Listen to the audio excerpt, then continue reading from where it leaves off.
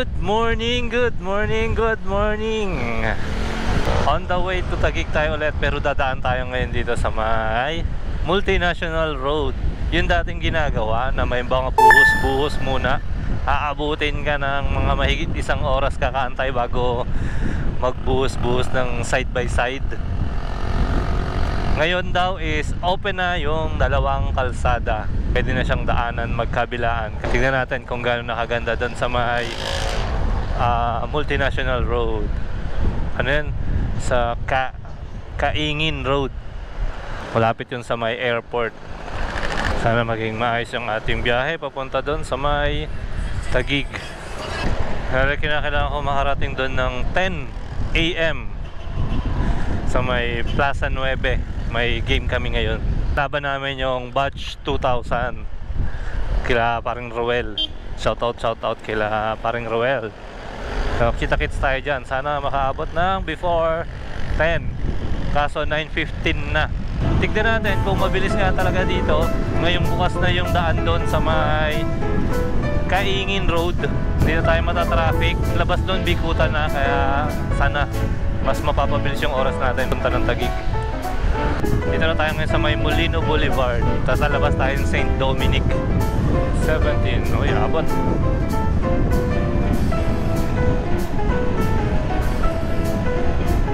Ganda nung bike, oh.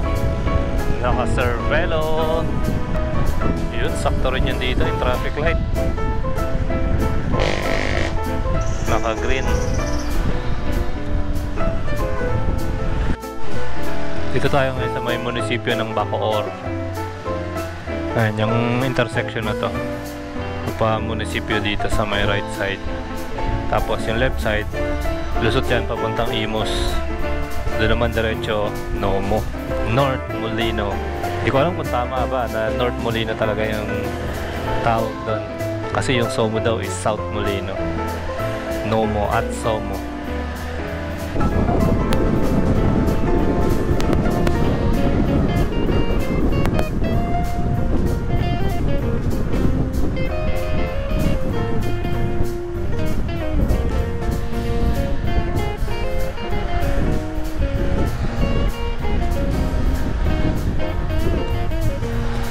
Paliko na tayo, St. Dominic na. 9:24.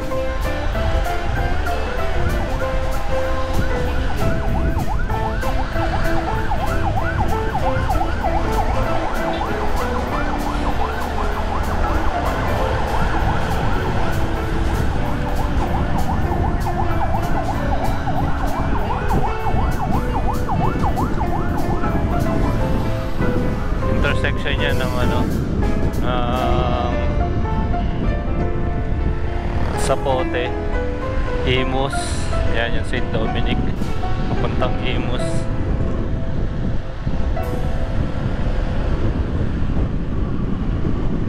Dito lang tayo medyo nata-traffic sa mga ganito, mga palengke, bayan-bayan, kasi nga maraming tao dito.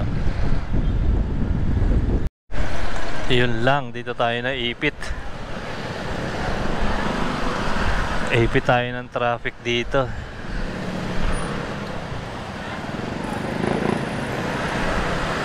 Araw ng linggo, ma-traffic.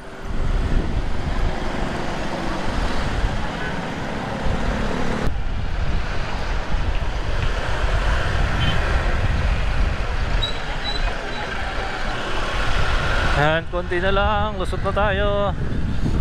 Matagos na natin ang palengke ng Sapote.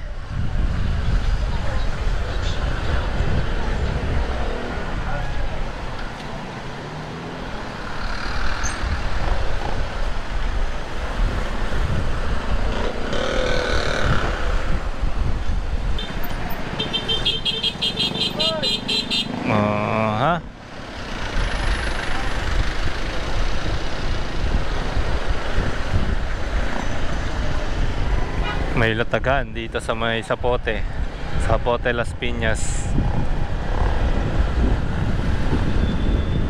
Yun, dito na, intersection Las Piñas.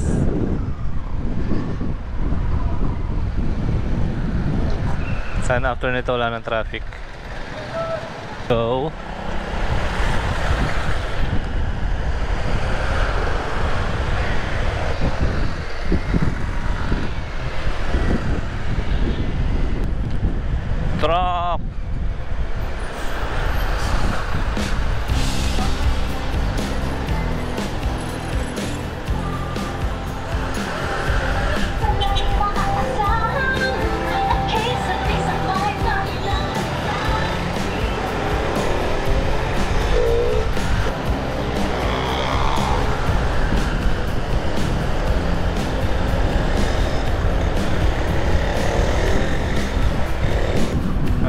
tayo kay Bilyar.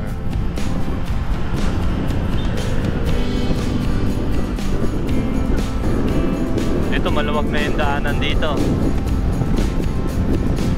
Pero syempre watch out din sa mga nagko-cross dito, tumatawid. Marami yan. Nung kailan na kami nakita akong aksidente ng motor at saka van dyan. So ingat, pagdating na intersection, slow down. Check muna yung mga paparating na sasakyan, papasok.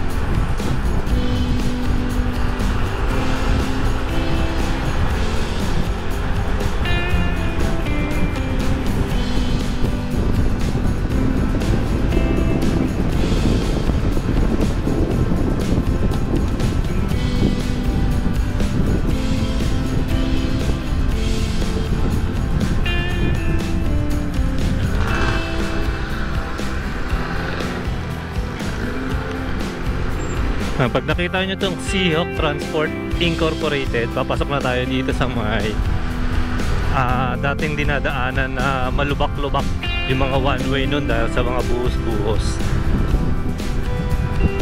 Sabi nila to the moon daw ang daanan dito, pero ngayon inaayos na at open na rin ang dalawang kalsada.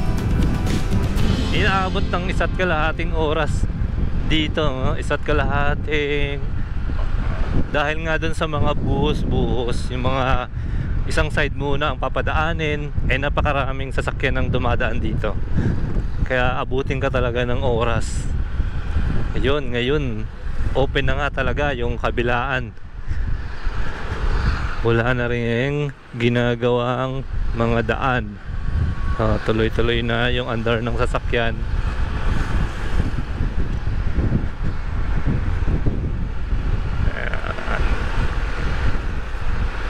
Airport na yung katabi nito. Ayun, nandun pa yung Philippine Airlines, no? Dito na tayo ngayon sa may Pabikutan, right side.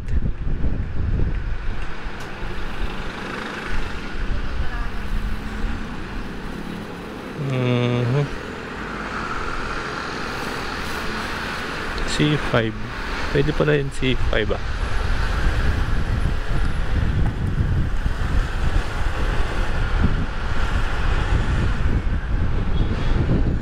Barangay Moonwalk. Labas natin ito, Bikutan na.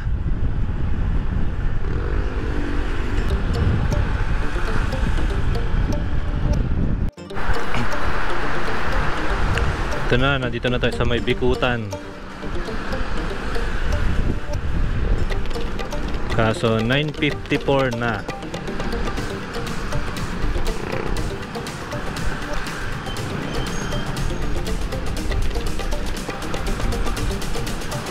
Opya.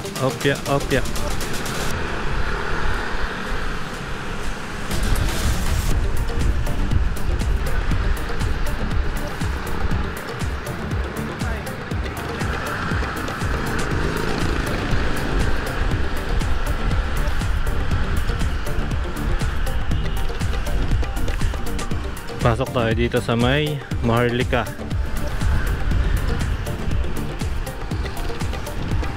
Sa may Pae.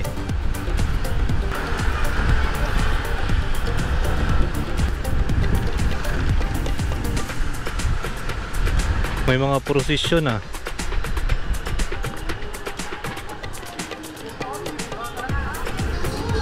Oh, ha? May mga costume pa sila.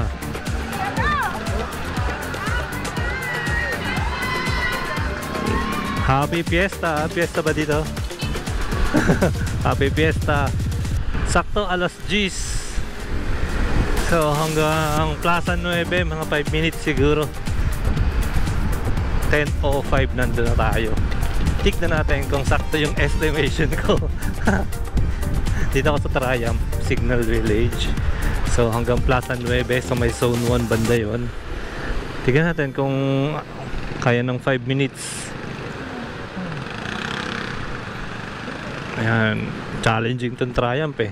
Buti hindi ganun sobrang matao ngayon eh. Pero matraffic talaga to.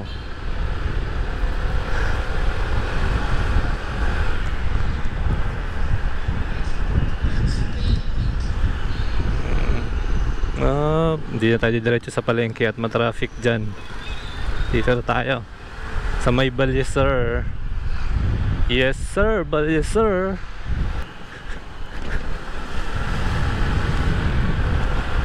Daming liko-liko dito, no? Dati sa tagal kong hindi napapasyal dito sa Taguig, pagbalik ko dito halos maligaw ako sa dami ng mga bagong mga tinayo dito sa signal ng mga building. Tapos yung mga daan parang nag-iba talaga eh. Pero ngayon eh napapamilyar ko na rin ulit. Bumabalik-balik na sa alaala ko.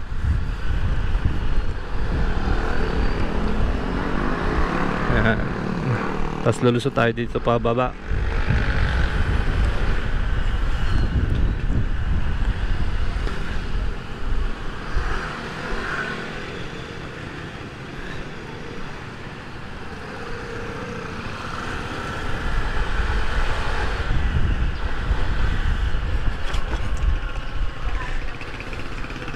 (10:04) saktong sakto. 10:04 10:04 10:05 sakto. 10:05 nandun na tayo sa Plaza 9. Nandyan na yun yung court. Ilang meters na lang. So tamang tama oh. 10:04 5 minutes. Ang galing ng estimation natin. Ang galing. So mamaya na lang ulit. Kita-kits tayo. Dali lang, pakita ko muna sa inyo yung court, yung aming paglalaruan. Hindi pa pumapatak ng 10:05 eh. Pero sakto yan. Pagdating natin doon, papatak yan ng oras. O yun, 10:05 na. Diba? Saktong sakto talaga.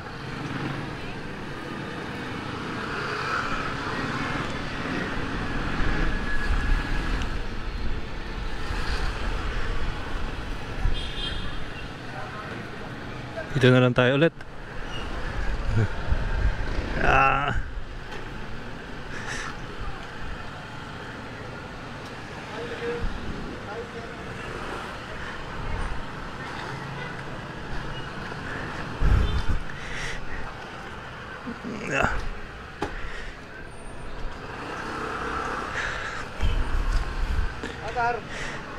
Sakto lang ba oras?